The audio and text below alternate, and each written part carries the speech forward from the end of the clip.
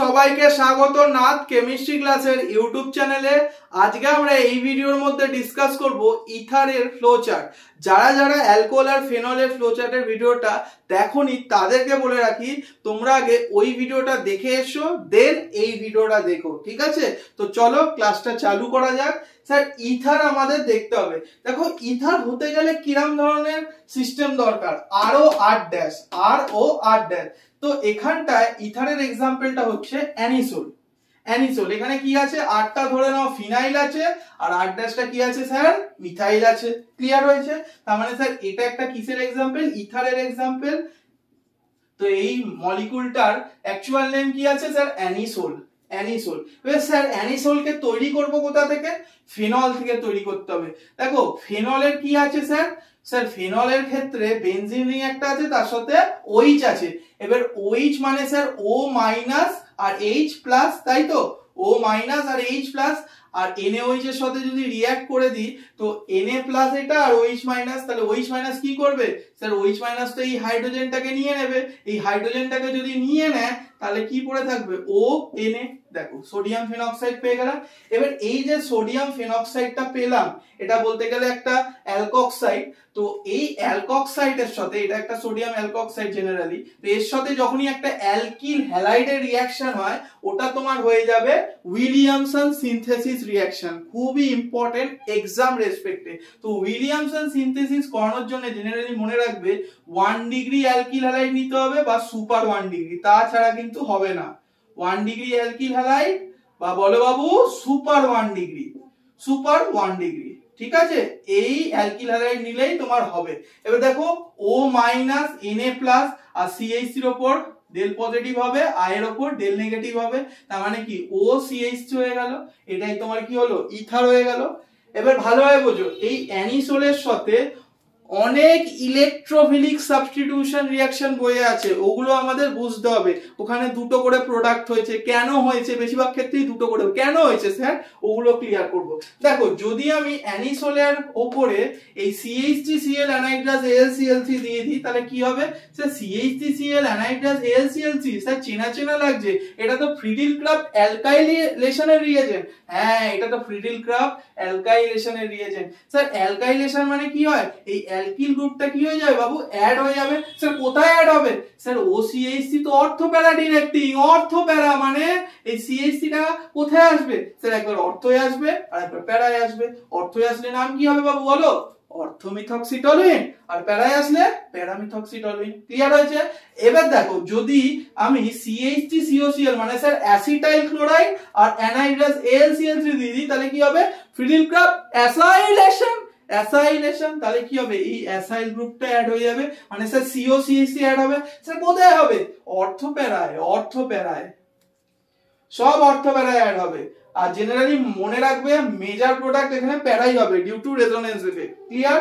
Next এবার দেখো এই অ্যানিসোলের সাথে আমি কনসেন্ট্রেটেড H2SO4 দিয়ে দিলাম, তার মানে কি হবে স্যার, তার মানে হচ্ছে সালফোনেশন হবে। সালফোনেশনে কি হয়, SO3H হয়। এবার ভালোভাবে দেখো, তার মানে স্যার SO3H গ্রুপটা কোথায় অ্যাড হবে স্যার, একবার অর্থই হবে আর একবার প্যারায় হবে। এই দেখো বোঝা গেল? এবার দেখো আমরা কি জানি, বেনজিনের সাথে যদি COCH3 থাকে ওটার নাম হয় অ্যাসিটোফেনল। এবার অর্থতে কি আছে, মিথক্সি, তাহলে কি লিখবো, অর্থোমিথক্সি অ্যাসিটোফেনল। ফ্রিডিল ক্রাফট অ্যালকাইলেশনের রিএজেন্ট কি নিয়েছিলাম, CH3Cl, আর অ্যাসাইলেশনের কি নিয়েছি, CH3COCl। এইটার মধ্যে কিন্তু ডিফারেন্স আছে, এটা কিন্তু সবাই নোট করবে, তাই জন্যই আমি বলে দিলাম। এইটা কিন্তু খুব ইম্পর্টেন্ট। এখানটায় আমরা এর ক্ষেত্রে অ্যাসাইলেশনের ক্ষেত্রে কি প্রোডাক্ট পেলাম, অর্থোমিথক্সি অ্যাসিটোফেনল। আর অর্থে যেহেতু OCH3 আছে, আর প্যারায় থাকলে কি হয়ে যাবে বাবু, এই প্যারায় যদি থাকে প্যারামিথক্সি অ্যাসিডোফেনল। এবার সালফোনিক অ্যাসিড যেটা ফর্ম হয়েছে, দেখো বেনজিনের সাথে SO3H থাকলে সালফোনিক অ্যাসিড হয়, তাই তো? এটাতে সালফোনিক অ্যাসিড। এবার ওর রেসপেক্টে অর্থতে কি আছে, অর্থতে স্যার OCH3 আছে, তাহলে নাম কি হবে, অর্থোমিথক্সি বেনজিন সালফোনিক অ্যাসিড।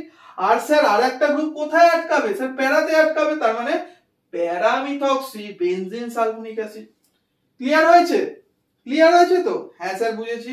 এবার দেখো কনসেন্ট্রেটেড HNO3 আর H2SO4 দিলে কি হয় স্যার, নাইট্রেশন হয়। ইলেকট্রোফাইল কি ফর্ম হয় স্যার ইলেকট্রোফাইল কি ফর্ম হয়? NO2। তার মানে স্যার একবার NO2 অর্থতে আটকে যাবে আর একবার প্যারাতে আটকে যাবে। এবার অর্থতে আটকালে কি প্রোডাক্ট ফর্ম হয়েছে?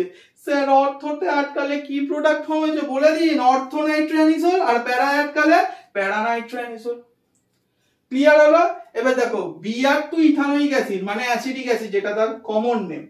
এই রিএজেন্ট গুলো নিলে কি হবে? দেখো ব্রোমিন এখানে একবার অর্থ হয়ে চলে আসবে আর একবার প্যারায় চলে আসবে, কারণ স্যার OCH3 তো অর্থ প্যারা ওর রেসপেক্টেই তো আসবে।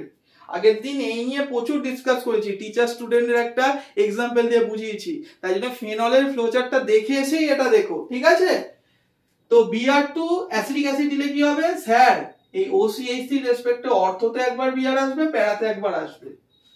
সিমিলারলি যদি Br2 আর CH2 নাও মানে কার্বন ডাইসালফাইড নাও, তখনও একই প্রোডাক্ট হবে। অ্যাসিডিক অ্যাসিডের ক্ষেত্রে যা প্রোডাক্ট হয়েছিল এখানে ভালোভাবে দেখো, অর্থ আর প্যারা প্রোডাক্ট, ওই প্রোডাক্টটাই এখানে ফর্ম হবে কার্বন ডাইসালফাইডের ক্ষেত্রে। দেখো অর্থ ব্রোমো অ্যানিসোল, প্যারা ব্রোমো অ্যানিসোল। আর যদি Br2 Fe দিয়ে দাও তখন কিন্তু রিঅ্যাক্টিভিটি বেড়ে যায়, তখন কি হয় একেবারে দুটো ব্রোমিন অর্থতে চলে আসে আর একটা প্যারাতে চলে আসে, ঠিক আছে? এটা একটু মাথায় রেখো, ইম্পর্টেন্ট আছে, ঠিক আছে? তো আমাদের মেইনলি উইলিয়ামসনটা আছে। আর একটা প্রশ্ন এই বছর এসেছিল, ওটা হচ্ছে অ্যানিসোল থেকে ফিনলে যদি যেতে চাও তাহলে কি দিতে হবে? এই HI দিতে হবে। কি দিতে হবে বাবু বলো? HI দিতে হবে স্যার। তাহলে কি প্রোডাক্ট হবে? একটা তো ফেনল হবে, আর কি হবে? দেখো O- এই H টাকে তো ক্যাপচার করে নিল, তাহলে ফেনল হয়ে গেল। তাহলে কি পড়ে আছে? CH3 আছে আর আয়োডিন আছে, তার মানে এর সাথে আরেকটা সাইড প্রোডাক্ট ফর্ম হবে, যেটা নাম কি? যেটার নাম sir methyl iodide, methyl iodide. এবার দেখো আরেকটা ইম্পর্টেন্ট পরীক্ষার জন্য, ওটা হচ্ছে এটা, এই সিমেট্রিক্যাল ইথারের সাথে কোল্ড HI এর রিঅ্যাকশন করলে কি হবে? কি করব? HI টাকে এরকম ভাবে লিখবো, এবার মাঝখান থেকে কেটে দেবো, অক্সিজেনের ডান দিক দিয়ে এটা কেটে দেবো। এবার বাঁ দিকে H টা যদি চলে আসে তাহলে কি হবে? C2H5OH, C2H5OH, আর ডান দিকে কি হবে? C2H5I। দেখো দুটোই প্রোডাক্ট ফর্ম হয়েছে। স্যার এটা সিমেট্রিক্যাল ইথার বলে এরম হলো। এবার যদি স্যার আনসিমেট্রিক্যাল ইথার হয়ে যায় তখন মনে রাখবে স্যার H এর মধ্যে কি আছে? H plus I minus. এবার I মাইনাস স্মলার অ্যালকিল গ্রুপের সাথেই থাকতে পছন্দ করে, তার মানে স্যার CH3 আর C2H5 এর মধ্যে এটাই ছোট অ্যালকিল গ্রুপ, তার মানে এর সাথেই আয়োডিন সংসার করবে, তার মানে CH3I এখানে হয়ে গেল। আর হাইড্রোজেনের সাথে কে আসবে? স্যার বড় অ্যালকিল গ্রুপ, এখানে কি ছিল? C2H5O ছিল, আর এই হাইড্রোজেনটা চলে এলো, এই হাইড্রোজেনটা চলে আসতে অ্যালকোহল ফর্ম হলো, ঠিক আছে? ওরাম কনসেপ্টেরই আর একটা প্রশ্ন, এটা ইথাইল এটা প্রোপাইল, স্যার এটা তো ছোট অ্যালকিল গ্রুপ, এখানে কে আসতে পছন্দ করে? আয়োডিন, তার মানে এই যে প্রোডাক্ট। আর বড়তে কে যাবে? এইচটা চলে যাবে, প্রোডাক্ট হয়ে গেল, তার মানে ইথাইল আয়োডাইড আর প্রোপানল। ক্লিয়ার হলো? এবার দেখো যদি HI আমি এক্সেসি নিই তখন কি হবে? সিমেট্রিক্যাল ইথারের ক্ষেত্রে ভালোভাবে দেখো, এখানে কটা C2H5 আছে স্যার? এই একটা, মানে স্যার দুটো আছে, তার মানে 2C2H5I হয়ে গেল। দুটো C2H5 আছে আর দুটো আয়োডিন আছে, তাহলে 2C2H5I হয়ে গেল। ক্লিয়ার হয়েছে? দুটো হাইড্রোজেন একটা অক্সিজেন, ওয়াটার ফর্ম হলো, ওয়াটার ফর্ম হয়েছে। ক্লিয়ার হলো? এবার দেখো যদি আমি আনসিমেট্রিক্যাল এখানে ইথার নিয়ে নিই তখন কি হবে? তখন হচ্ছে একটা আয়োডিন এই CH3 এর সাথে থাকবে, একটা আয়োডিন এই C2H5 এর সাথে থাকবে, দুটো আয়োডিন তো স্যার, দুটো HI মানে দুটো আয়োডিন, একটা আয়োডিন এই CH3 এর সাথে আটকে যাবে আর একটা আয়োডিন এই ইথাইল গ্রুপের সাথে আটকে যাবে, আর কি পড়ে থাকবে? দুটো হাইড্রোজেন একটা অক্সিজেন, তাহলে ওয়াটার ফর্ম হয়ে যাবে। ক্লিয়ার হয়েছে? এই জিনিসটা ভালোভাবে নোট ডাউন করে ফেলো। তো আজকের জন্য এইটুখানি। ভিডিওটা ভালো লাগলে একটা কমেন্ট করে জানিও, পড়াশোনা করতে থেকো, আগে এগোতে থেকো। Have a nice day.